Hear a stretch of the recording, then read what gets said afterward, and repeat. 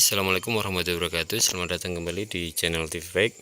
Untuk teman-teman yang baru menemukan channel ini, jangan lupa untuk subscribe agar bisa mendapatkan info-info terbaru dari kami. Kali ini kita akan membahas tentang tips dan trik untuk pendaftaran jalur zonasi baik untuk SMA maupun SMK agar peluang diterima semakin besar ya. Perlu diketahui untuk jalur zonasi ini triknya berbeda dengan ketika kita mendaftar di jalur nilai akademik atau yang menggunakan nilai rapot.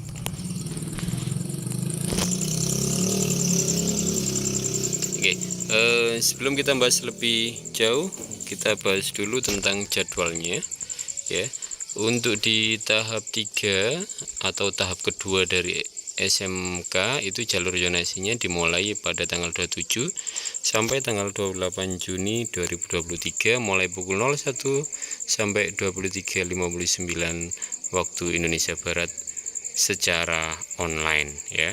Sedangkan untuk SMA itu tanggal 2 Juli 1 sampai 2 Juli 2023 mulai pukul 1 sampai 23.59 ini juga dilakukan secara online. Untuk di SMA ini masuk ke tahap 4 atau tahap kedua dari tahap ketiga ya, tahap ketiga dari zonasi dari SMA maksudnya. Itu jadwalnya. Kemudian kita bahas tentang kuotanya ya. Sebelum kita bahas tentang triknya, kita bahas kuotanya dulu. Kuota jalur zonasi jenjang SMA adalah 50% dari pagu sekolah. Pagu sekolah itu jumlah siswa yang bisa diterima secara keseluruhan dalam satu masa PPDB. Jadi misalnya di tahun ini di sebuah SMA itu pagunya 300 siswa misalnya. 50% dari 300 siswa adalah 150. Jadi untuk di SMA itu yang bisa diterima di jalur zonasi itu adalah maksimal 150 siswa. Kemudian untuk yang di SMK ini kuotanya hanya 10%, ya. Jadi kalau sebuah SMK itu tahun ini menerima 300 siswa, maka hanya 30 siswa yang bisa mendaftarkan, bukan mendaftarkan diri ya, yang bisa diterima di jalur zonasi. Itu kuotanya. Kemudian kita bahas ketentuan untuk kriteria siapa sih yang nanti bisa diterima di jalur zonasi ini baik SMA maupun SMK ya. Ini ada keterangannya. Keterangan ini kita ambil dari website resmi PPDB Jatim 2023 yaitu ppdbjatim.net atau ppdb.pemprovjatim.go.id. Ketentuannya adalah sebagai berikut. Apabila pendaftar melebihi kuota pagu sekolah ya, kalau pendaftarnya melebihi itu maka pemeringkatan berdasarkan urutan sebagai berikut. Yang nomor 1, jarak domisili terdekat dengan sekolah tujuan ya, ini sudah otomatis nanti siapapun itu bisa mendaftarkan diri di jalur zonasi, siapapun dimanapun ya, dimanapun rumahnya itu bisa ya. Nanti akan dilakukan perankingan. Perankingannya itu berdasarkan apa ya? Ini berdasarkan yang nomor 1 ini, berdasarkan jarak domisili terdekat atau jarak rumah terdekat dengan sekolah tujuan ya. Kalau teman-teman bertanya, apakah kita perlu mengukur rumah kita, jarak antar rumah kita dengan sekolah tujuan? Tidak perlu teman-teman. Kemarin waktu mengambil PIN ya, itu kan menentukan titik rumah ya, itu kemarin sudah ditentukan.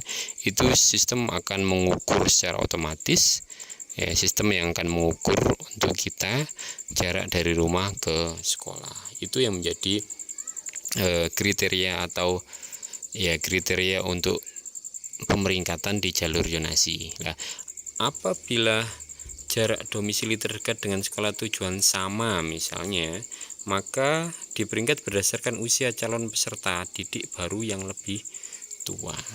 Ya, jadi kalau misalnya jarak rumahnya itu sama-sama 1 km atau 1000 meter dari sekolah, ya ada 2 pendaftar dengan jarak yang sama, maka nanti peringkat yang atas adalah adalah siswa yang umurnya lebih tua. Apakah kita perlu menghitung usia kita? Tidak perlu, biarkan sistem yang bekerja yang menghitung untuk kita. Nah, jika jarak domisili terdekat dengan sekolah tujuan dan usia calon peserta didik baru yang lebih tua masih sama, ya, jika jarak dan usia itu masih sama, maka di peringkat berdasarkan waktu pendaftaran. Ya, ini poin dari trik yang perlu kita perhatikan pada pendaftaran PPDB jalur zonasi ini, baik untuk SMA maupun SMK. Poin ketiga ini, yaitu di peringkat berdasarkan waktu pendaftaran. Jadi kesimpulannya, untuk daftar di jalur zonasi, daftarlah lebih awal ya. Untuk SMK atau SMA, kalau dibuka tengah malam pukul 1 dini hari, 1 pagi, silakan daftarkan diri ya. Ini untuk mengantisipasi jika nanti ternyata jarak rumah teman-teman dengan rumah pesaingnya itu sama ya, kemudian usianya sama juga, maka nanti yang dilihat adalah waktu pendaftaran. Siapa yang lebih cepat, maka peluang diterimanya juga semakin besar ya. Karena apa? Karena di zonasi ini sudah tidak mempertimbangkan nilai raport ya, jadi hanya jarak, kemudian umur, kemudian siapa yang terlebih dahulu melakukan pendaftaran. Oke, itulah teman-teman tips dan triks untuk pendaftaran PPDB Jatim jalur zonasi tahun 2023. Jangan lupa subscribe, like, dan share. Semoga teman-teman bisa diterima di sekolah yang teman-teman inginkan. Amin amin ya rabbal alamin.